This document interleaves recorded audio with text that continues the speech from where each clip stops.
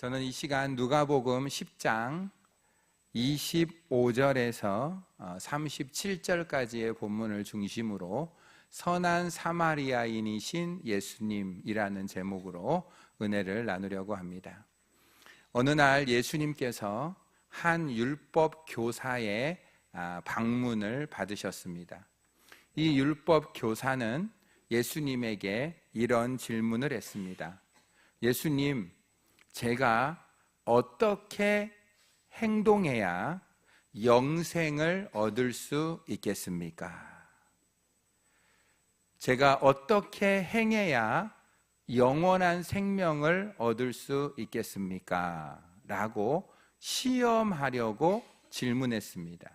그때 예수님께서 다시 율법 교사에게 물어봅니다. 너가 율법에 무엇이라고 기록되었으며 어떻게 읽고 있느냐라고 물어보셨습니다.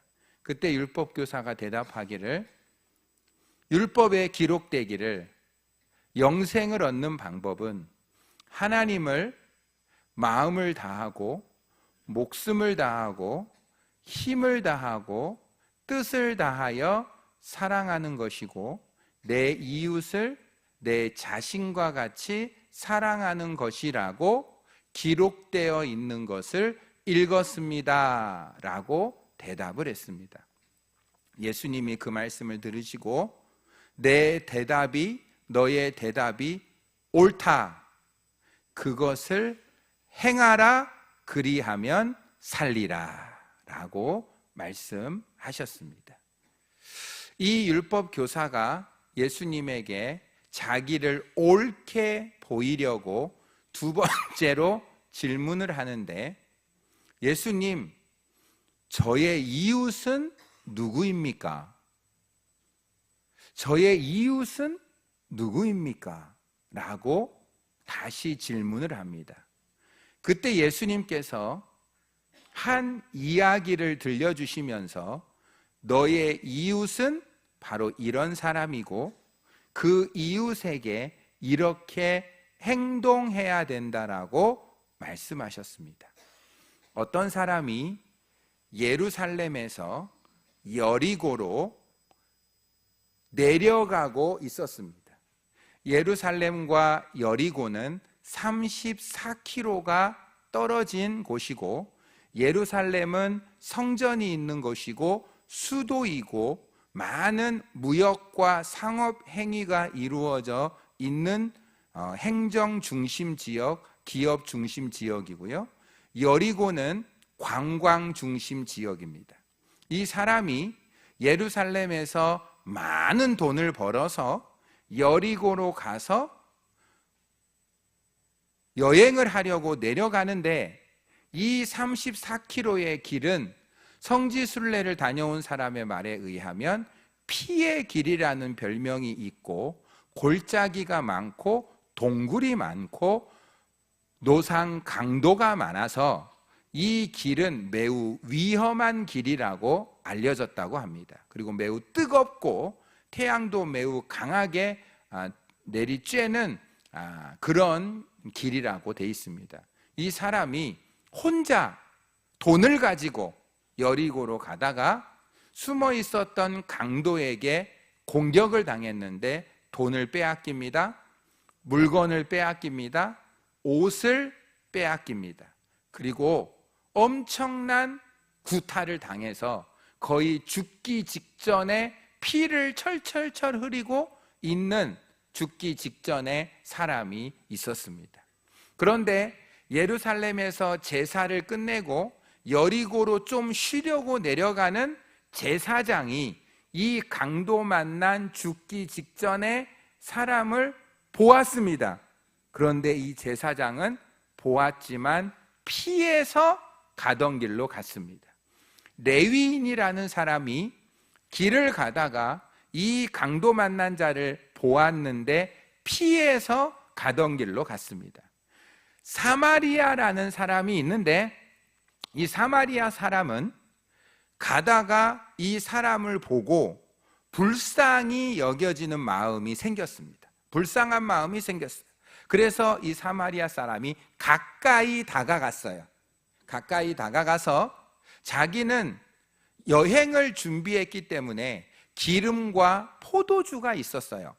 그 기름을 이 사람의 상처에게 부었어요. 왜냐하면 기름은 아주 뜨거운 햇볕을 타지 않게 하려고 보호제로 만든 거기 때문에 이 상처를 보호하려고 부었어요. 그리고 나서 포도주를 또 포도주로 씻었어요. 포도주는 살균 효과가 있기 때문에 그걸로 씻었어요. 부드럽게는 했고, 그리고 상처를 씻었는데 이걸 감싸야 돼요. 근데 붕대가 없단 말이죠. 붕대가. 그래서 그는 그의 옷을 찢었어요. 옷을 찢고 그것으로 상처를 감쌌습니다. 여기까지 하고 여기에 그냥 내버려 둘 수가 없는 거예요. 그래서 그를 자기가 타고 온 짐승 위에 태웁니다. 자기는 짐승 타고 가는 길이었죠. 그런데 그 병자를 짐승에 태웠으니 자기는 못 타요. 자기는 그 짐승을 끌고 주막이라는 곳으로 가요. 그때는 병원이 없었으니까. 주막이라는 곳에 가서 더 면밀하게 눕혀서 돌보아 주는 거죠. 근데 하루가 꼬박 지났어요. 하루가 꼬박 지났어요. 그런데 이 사람은 그 다음날 일정이 있었던 거예요. 그래서 그 일정을 위해 가야 되는데 차마 이 사람을 두고 가기가 너무 마음이 아픈 거예요. 그래서 2데나리온을, 이게 이틀치 일꾼의 품삯입니다. 2데나리온을 주막의 주인에게 줍니다. 주고 부탁하는 거예요. 이 사람을 잘 돌봐줘라.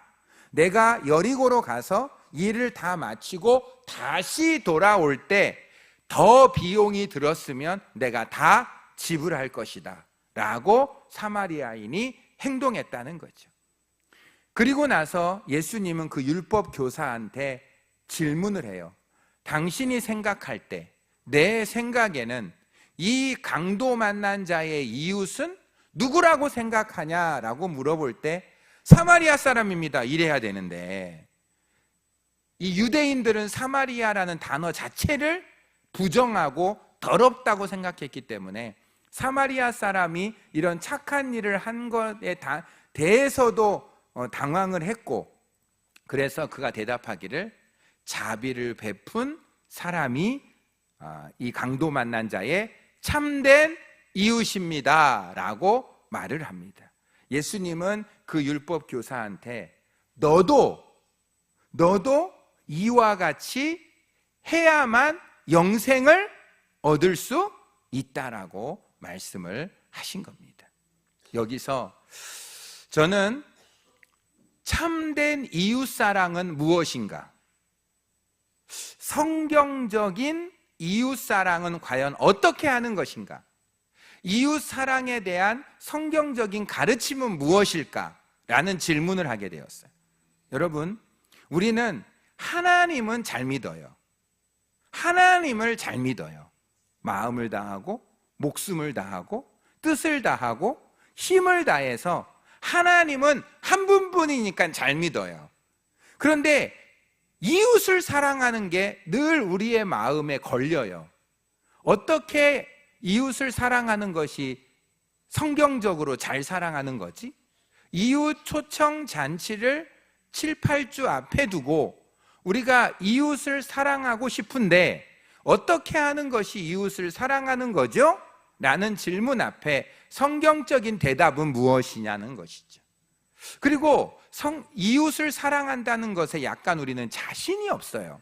그래서 저를 비롯한 우리 모두가 하나님을 잘 섬긴다고 자부하는 저와 여러분이 이웃을 사랑하는 방법은 과연 어떤 것인가에 대해서 살펴보고 이웃 사랑을 할 수 있는 방법은 무엇인가를 배워서 그것을 실천하는 저와 여러분이 되었으면 좋겠다는 것입니다.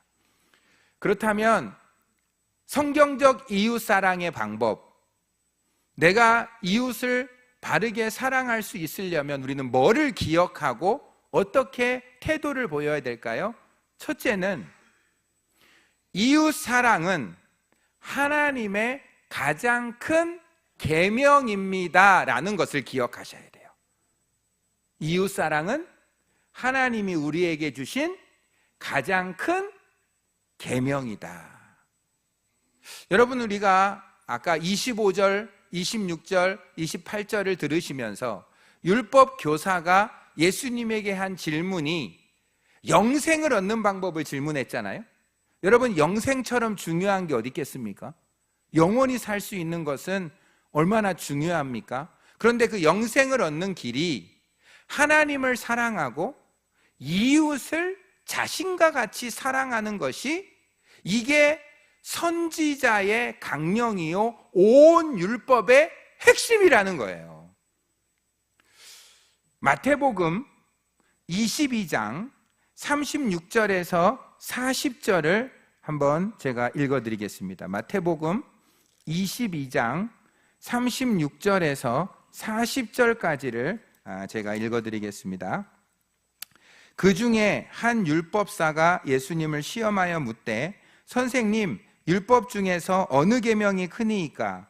예수께서 이르시되, 내 마음을 다하고 목숨을 다하고 뜻을 다하여 주 너의 하나님을 사랑하라 하셨으니 이것이 크고 첫째 되는 계명이요 둘째도 그와 같으니 내 이웃을 내 자신과 같이 사랑하라 하셨으니 40절이요 이 두 계명이 온 율법과 선지자의 강령이니라.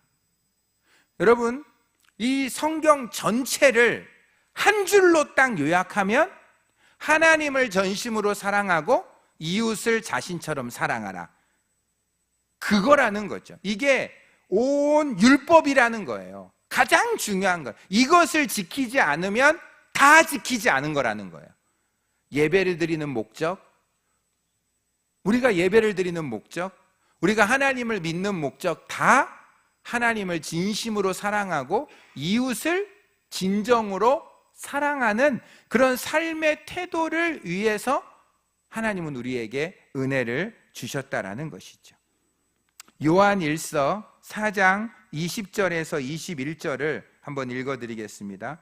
요한 1서 4장 20절에서 21절을 보면 참 우리를 참 굉장히 마음을 이렇게 만드는 말씀이 있어요.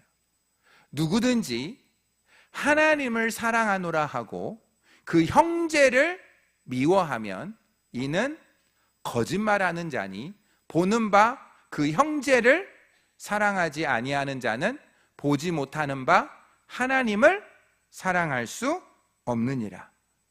우리가 이 계명을 주께 받았나니 하나님을 사랑하는 자는 또한 그 형제를 사랑할지니라. 우리는 하나님을 잘 사랑해요. 하나님을 어느 누구보다도 잘 사랑한다라고 생각을 해요. 그런데 이 이웃을 사랑하는 것이 너무 어려워요. 그런데 이 이웃 사랑은 내가 하나님을 사랑하고 있다는 것을 나와 모든 사람에게 알릴 수 있는 보이는 증거라는 거죠. 저는 저 자신이 너무나 두려운 게 뭐냐면 또 이런 말씀이 있어요. 만약에 우리가 이웃 사랑을 내 자신처럼 하지 않으면 하나님이 주신 가장 큰 계명을 어기는 죄를 짓고 있는 거예요. 하나님의 계명 중에 가장 중요한 두 번째 계명을 어긴 무서운 죄를 짓고 있다라는 것을 저조차 깨달으면서 내가 하나님을 잘 믿고 있는데 이런 죄책감까지? 근데 성경을 보면 내가 형제를 사랑하지 못한 것, 이것은 가장 큰 죄 중에 죄라는 것을 깨달은 거죠. 유대인들은 이웃을 유대인만 이웃이라고 생각했어요. 유대인만. 사마리아 사람이나 이방인은 이웃의 범위에 들어올 수가 없었던 거예요. 그런데 예수님은 모든 종족, 모든 것을 초월해서 모든 이웃, 모든 친구, 모든 가족, 모든 민족이 다 우리의 이웃이라는 거예요. 근데 그 이웃 중에서도 고통받은 이웃이 더 우리가 돌봐야 될 이웃이라는 거죠. 저는 이 형제 사랑에 대해서 첫 번째를 내 자신이 먼저 각인하려고 해요. 하나님을 사랑한다고 하면서 형제 사랑하는 걸 소홀히 여긴다면 그거는 목사도 아니다 라는 것을 첫 번째로 깨닫습니다. 두 번째는 예수님이 어떻게 은혜를 베풀었는지를 꼭 기억하는 자가 되어야 된다. 여러분, 오늘 본문에서 선한 사마리아인이 예수님하고 딱 역할이 똑같아요. 여러분 중에 누군가가 선생님, 예수님이 어떤 분이시고 어떤 일을 하셨습니까? 라고 질문을 하면 오늘 딱 이 사마리아인이 강도 만난 사람에게 했던 일을 알려주시면 돼요. 우리는 이렇게 생각하시면 좋아요. 강도 만난 사람은 저와 여러분이다. 저와 여러분이 예루살렘에 있다가 여리고로 갈 때 강도를 만났다는 거예요. 저와 여러분이. 그 강도는 사탄 마귀라는 거예요. 사탄 마귀가 저와 여러분을 공격해서 우리가 가지고 있는 모든 것을 빼앗고 우리의 옷을 벗겨버리고 우리를 죽도록 때리고 우리는 죽기 일보 직전에 있었다는 거예요. 근데 그곳을 율법 제사장이 지나가는데 율법은 나를 구원하지 못한다는 거예요. 율법은 나를 비판만 하는 거예요. 그리고 율법을 주신 목적은 깨닫게 하려고 주신 거죠. 율법은 나를 보고 피해가요. 나를 구원하지 않아요. 레위인 의식도 나를 피해가요. 그런데 예수님께서 내게 가까이 오시는 거예요. 여러분, 오늘 본문에서 3절, 33절, 34절, 35절을 자세히 보면 예수님이 내게 어떤 일을 행하셨는지가 기록되어 있는데 33절에 보면 어떤 사마리아 사람이 여행하는 중 거기 이르러 그를 보고 불쌍히 여겼다. 여러분, 예수님은 강도 만난 저와 여러분을 불쌍히 여겼다라는 것입니다. 긍휼히 여겼다라는 것이죠. 그리고 긍휼히 여긴 다음에 34절 첫 번째 단어가 가까이 찾아왔다라는 겁니다. 하나님의 아들 예수님은 하늘에 계셔도 되는데 강도 만난 저와 여러분을 위해서 이 땅에 가까이 찾아오신 분들 믿습니다. 성육신 하셨습니다. 우리를 찾아오셨다라는 거죠. 육으로 오신 하나님, 예수님이 우리를 가까이 찾아오셨다라는 거예요.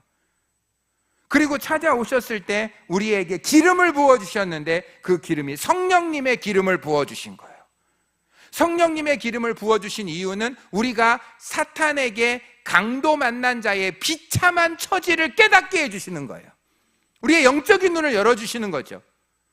성령이 우리 가운데 임하시면 가난한 자에게 복음이 전파되고 포로된 자에게 자유를, 눈먼 자에게 다시 보게 함을, 눌린 자를 자유케 하며 주의 은혜의 해를 전파하게 될 줄 믿습니다. 예수님이 찾아오셔서 우리에게 성령의 기름을 부어주신 거예요. 우리에게 영적인 세계, 영적인 눈을 열어서 이제 하나님의 나라를 알게 하신 거예요. 그리고 포도주를 부어주셨죠. 우리의 상처를 씻어주신 거예요. 우리의 죄를 예수님의 십자가의 보혈로 깨끗이 없는 것처럼 덮어주신 거예요. 씻어주신 거예요. 그리고 그의 옷을 찢어서, 그의 몸을 찢어서 우리의 상처를 감싸주신 거예요. 그리고 그는 십자가에 우리를 태워서 주막 같은 교회로 우리를 인도해 주신 거예요. 그 교회에서 우리를 돌보아 주시고, 그리고 돈이 들어도 그것을 다 돌보아 주시고 예수님 다시 재림할 때 그걸 다 갚아 주시겠다라고 교회의 주인 되는 성도들에게 그것을 부탁하고 떠나신 거예요. 여러분, 이 사마리아인을 보면서 우리는 예수님을 발견해야 될 줄 믿습니다. 예수님을 발견하셔야 돼요. 이 사마리아인을 통해서 예수님을 발견하고 강도 만나서 죽어가는 직전에 있는 자가 바로 나라는 것을 발견하셔야 돼요. 나는 죽을 수밖에 없었는데 선한 사마리아와 같은 예수님이 찾아오셔서 그의 십자가의 피로 성령의 기름 부으심으로 그의 십자가에 우리를 태우셔서 그 뙤약볕에, 생각해 보세요. 그 짐승의 그 병자를 태우고 그거를 끌고 갈 때 온몸에 피가 묻었을 거예요. 얼마나 힘들었을까요? 그러나 이 병자를 위해서 모든 걸 희생했단 말이죠. 여러분, 예수님이 이 땅에 오셔서 우리는 의를 뺏기고 거룩을 뺏기고 건강을 뺏기고 축복을 뺏기고 천국을 빼앗겨서 거의 죽게 된 우리에게 예수님이 우리를 찾아오셔서 우리의 모든 고통을 대신 짊어지고 그분은 우리에게 다시 한번 의를 주시고 거룩을 주시고 축복을 주시고 치유를 주시고 천국을 주시고 영생 복락을 주시려고 그분이 희생당하신 줄 믿습니다. 예수님이 이런 일을 해주셔서 우리는 어떻게 된 거죠? 우리는 그것 때문에 다시 살아난 거죠. 여러분, 하나님의 뜻은 하나님을 사랑하는 자라면 반드시 형제를 사랑해야 된다는 것을 기억하셔야 되고, 우리는 예수님의 은혜로 그 거저 주신 놀라운 십자가의 은혜와 보혈로 우리의 모든 죄가 씻김받고 교회로 인도받아 다시 오실 그 예수님이 오시면 우리를 더 크게 보상해주고 갚아주실 거라는 것을 기대하셔야 된다는 것입니다. 우리는 또 하나 형제 사랑을 온전히 하려면요, 성령님의 강력한 도우심을 받아야 돼요. 여러분, 상상해 보세요. 제사장과 레위인은 왜 피해 갔을까요? 제사장이 먼저 이 강도만한 죽기 직전에 유대 형제를 볼 때 이걸 도와야 된다는 생각이 들었습니다, 분명히. 그런데 도와야 된다는 생각이 들 때 뒤에 따라오는 생각이 드는데, 무슨 생각이 드냐면, 내가 만약에 지금 이 형제를 돌본다면 내가 약속한, 여리고에 약속한 그 일정은 깨어지게 될 거야. 그 일정을 포기해야 돼. 나는 시간을 희생시켜야 돼. 그리고요, 또 하나가 뭐냐면, 이 사람을 치료하려면 돈이 들어가. 내 돈을 희생해야 돼. 그리고 이 사람을 어딘가로 옮기려면 짐승에다가 태우거나 내가 업어야 되는데, 그렇게 되면 내 옷이 다 더러워져. 그리고 이 사람을 업고 가는 것은 몸을 헌신해야 되고 몸을 희생해야 되고 땀을 흘려야 되고 굉장히 어려운 일이야. 그리고 이 사람을 거기까지 데려다 놓고 또 떠날 수 있느냐? 그것도 참 그때 가서도 또 괴로울 거야. 그리고 결정적인 게 떠올라요. 뭔지 아세요? 이 사람을 지금 강도가 이 사람을 이렇게 만들었는데, 내가 이 자리에 계속 머물러 있다가는 강도가 나도 공격할 거야.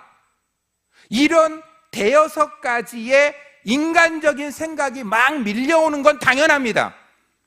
그래서 이 제사장의 마음에는 도와야 되겠다라는 선한 마음 뒤에 따라오는 인간적으로 그러면 안 된다라는 생각이 이 생각을 덮어버린 거예요.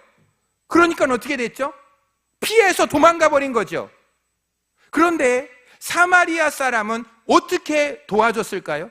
사마리아 사람 마음에도 이 사람을 도와주려면 시간 희생, 물질 희생, 그리고 몸 희생, 그리고 강도가 나를 공격할 수 있고 내 모든 스케줄은 다 깨지고 너무나 어려운 일이 내게 많이 일어날 건데, 왜 사마리아인은 도와줬을까요? 이 모든 인간적인 생각과 논리와 합리와 상식을 뛰어넘는 하나님의 크신 사랑이 사마리아 사람을 뒤덮고 있었기 때문인 줄 믿습니다. 오늘 이 마음을 하나님 우리에게 허락하여 주시옵소서. 이웃사랑은 내 힘으로 할 수 없습니다. 이웃사랑은 내가 누군가를 도와주려고 할 때 그걸 도와줘서는 안 된다라는 생각이 나에게 엄청 밀려옵니다.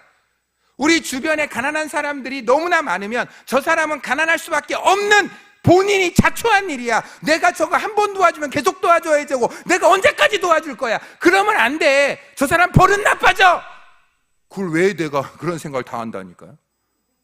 그러면서 안 도와줘요. 그런데 하나님은 그런 생각을 뛰어넘을 수 있는, 하나님이 우리를 무조건적으로 초월적으로 논리를 뛰어넘어 이해할 수 없는, 알 수 없는 하나님의 십자가의 피 흘린 사랑으로 우리를 사랑해 주셨기에 거기에 충만해 있다면 그 인간적인 조건은 다 눈에 보이지 않고 오직 하나님의 사랑으로만 그를 도와줘야 될 줄 믿습니다. 하나님의 성령님이시여 우리에게 이 마음을 허락하여 주시옵소서. 이 마음으로 이 인간적인 마음을 이기게 하여 주시옵소서. 우리 교회가 그런 교회가 되어야 됩니다. 그렇지 않으면 이웃사랑은 실천할 수가 없습니다. 율법 교사도 제사장도 레위인도 아무도 이 생각을 못 이겨낸 거예요. 우리는 어떻게 이겨낼 수 있을까요? 내가 강도 만난 자였고 하나님의 아들 예수님이 나를 위하여 이해할 수 없는, 그리고 초월적인 무조건적인 사랑을 내가 주셔서 오늘 이 자리에 있다. 나는 하나님에게 무조건적인 사랑을 받아놓고 이웃에게는 조건 붙여서 사랑하면 하나님을 사랑하는 자가 아니라는 말을 들을 수밖에 없다라는 것입니다. 자, 우리는 이웃을 사랑하려면 이웃사랑이 하나님의 계명 중에 굉장히 큰 계명이고 그것을 어기면 하나님을 안 믿는 거라고 큰 죄를 짓는 거라는 두려움이 내게 덮치고요, 예수님이 나를 위하여 이해할 수 없는 어마어마한 사랑을 나에게 이미 주셔서 내가 강도 만나서 살아난다면 어찌하여 나는 조건을 붙이겠나는 거고, 성령님이 내 마음을 하나님의 끊을 수 없는 놀라운 사랑으로 나를 뒤덮어 주셔야지 인간적인 생각을 다 누르고 실천할 수 있을 것이다. 하나님 나를 도와 주시옵소서. 여러분, 네 번째는 보은의 사람이 되어야 되겠다. 보은이라는 건 은혜를 보답하는 사람이에요. 내가 강도 만난 자로서 구원을 받았잖아요. 그럼 이제는요, 내가 선한 사마리아인이 되어야 되는 거예요. 예수님이 선한 사마리아인으로 나를 건져주셨다면 예수님이 날 건져주신 이유가 뭐죠? 너도 이렇게 선한 사마리아인처럼 자비를 베풀어야 참된 이웃이 될 수 있고 그것이 바로 하나님을 사랑하는 것인 걸 증명할 수 있고 영생의 길로 들어갈 수 있는 것이다라고 예수님이 말씀하시는 줄 믿습니다. 여러분, 장발장 이야기 아세요? 장발장. 너무 이 본문하고 비슷해서 말씀을 드리자면, 장발장은 배가 고파서 빵 하나를 훔쳐 먹다가 걸려서 감옥에 간 거예요. 무자비한 빵집 주인 때문에 감옥에 들어간 거예요. 그리고 형을 살고 나왔습니다. 근데 또 돈이 없어요. 어떻게 합니까? 성당에 들어가서 금초대와 은쟁반을 훔쳐서 나옵니다. 근데 그걸 경찰이 잡아버린 거죠. 그 경찰이 주교에게 데리고 가가지고, 주교님, 이 장발장 이게 또 재범을 했습니다. 당장 감옥에 넣어버리겠습니다 했대. 주교가 한 말이 뭐죠? 우리 아닙니다. 이거는 훔친 게 아니라 제가 장발장의 재화를 위해서 준 겁니다. 선물 준 건데 3개를 줬는데 2개밖에 안 가져가고 여기 하나를 남겨뒀네요. 참 양심적인 것 같아요. 이걸 마저 주고 싶어요 이래버리니까 옆에 있는 경찰이 좀 멋쩍은 거예요. 그래가지고 경찰이 그냥 가고, 이 장발장이 그 순간 무슨 사랑을 경험한 거죠? 무조건적인 사랑. 죄인임에도 불구하고 하는 사랑. 어느 누구, 인간 세계에서는 경험할 수 없는 하나님만이 가능한 사랑을 경험하고 이 장발장이 완전히 변해버린 거죠. 그래서 정말 그걸 가지고 열심히 일해가지고 그 도시의 시장이 되었다는 겁니다. 시장이 되어서 그 도시의 가장 고통받는 이웃들을 도와줬다라는 것이 장발장 이야기인 것입니다. 우리가 이런 사람 돼야 되게 해 주시옵소서. 우리가 이런 사람 되게 해 주십시오. 만약에 우리가 이런 사람이 되면 진역읍에 있는 사람들 말 한마디만 해도 다 올 거예요. 왜? 사랑이 먼저 베풀어지면 말 한마디에도 다 오는데, 사랑이 상대방에게 느껴지지 않으면 아무리 말해도 오지 않는다는 거죠.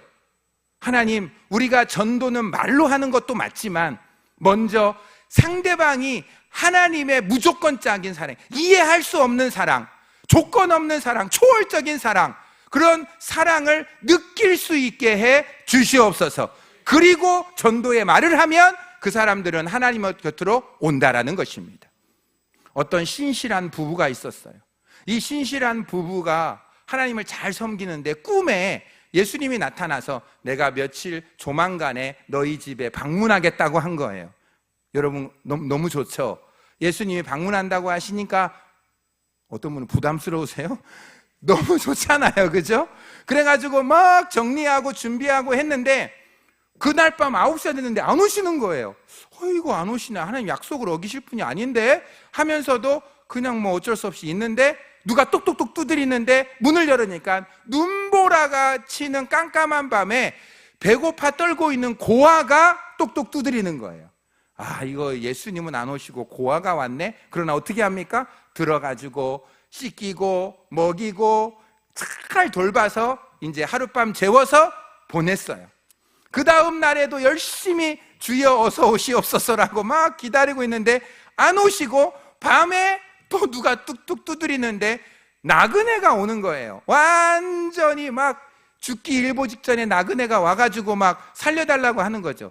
예수님은 안 오시고 이거 나그네, 어쨌든 그 나그네를 또 들여가지고 씻기고 입히고 먹이고 편히 재워서 그 다음날 아침에 또 보냈어요.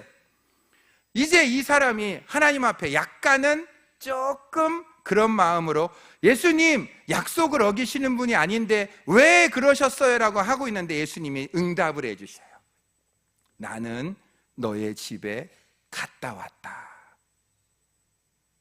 왜 안 오셨어요? 막 이러잖아요. 지금 이 부부는. 예수님의 말씀은 뭐죠? 나는 이미 너희 집에 갔다 왔다. 무슨 말씀이세요? 내가 너희 집에 갈 때 고아의 모습으로 갔다. 내가 너희 집에 갈 때 나그네의 모습으로 갔다. 그런데 너는 그 고아와 나그네를 이토록 나처럼 예수님처럼 영접하고 돌본 걸 보고 내가 너무 마음이 감사했고 흡족했다. 내가 너를 축복하리라. 여러분 마태복음 25장 32절에 보면 예수님이 이 땅에 재림했을 때 양과 염소를 구분하는데 오른쪽에는요 양을 두고요 왼쪽에는 염소를 둬요. 그때 이 오른쪽에 있는 사람에게 이렇게 얘기해요. 내 아버지께 복을 받을 자들이여 창세로부터 너희를 위하여 예비된 나라를 상속받으라. 내가 줄일 때 먹을 것을 주고 목마를 때 마실 것을 주고 나그네에 대해서 영접하였고 헐벗었을 때 옷을 주었고 병들었을 때 돌보았고 옥에 갇혔을 때 와서 보았느니라. 의인이 대답하여 이르되 주여 우리가 어느 때에 줄이신 것을 보고 음식을 대접했으며 목마른 것을 보고 마시게 했으며 나그네 된 것을 보고 영접하였으며 헐벗은 걸 보고 옷을 입혔나이까? 어느 때에 병든 것을 옥에 갇힌 것을 보고 배웠나이까? 하리니 임금이 대답하여 이르시되 내가 진실로 너희에게 이르노니 너희가 여기 내 형제 중에 지극히 작은 자 하나에게 한 것이 곧 내게 한 것이니라. 근데 왼쪽에 있는 사람에게는 나를 떠나 마귀와 그 사자를 위하여 예비된 영원한 불에 들어가라. 불에, 지옥에 들어가라. 왼쪽에 있는 사람에게. 그러면서 너는 나 배고플 때 안 줬고 목마를 때 안 줬다. 그러니까 내가 언제 안 줬습니까? 내가 언제 안 줬습니까? 막 그러니까 내가 진실로 너희에게 이르노니 이 지극히 작은 자 하나에게 하지 아니한 것이 곧 내게 하지 아니한 것이다. 그들은 영벌에 의인은 영생에 들어가리라. 할렐루야. 여러분, 예수님이 어떤 모습으로 우리에게 찾아오실지 또 어디에 계실지는 모르지만 정확한 것은 우리가 하나님의 사랑을 나누는 그곳에 하나님이 계신 줄 믿습니다. 따라해 보세요. 내가 무슨 말을 하든 하나님께로만 하면 돼요. 현수막에 있는 것처럼 한 영혼을, 내 이웃을, 다음 세대를, 할렐루야. 예, 우리가 꼭 한 영혼을 하나님께로 추수해 올려드리는 저와 여러분이 되어야 될 줄 믿습니다.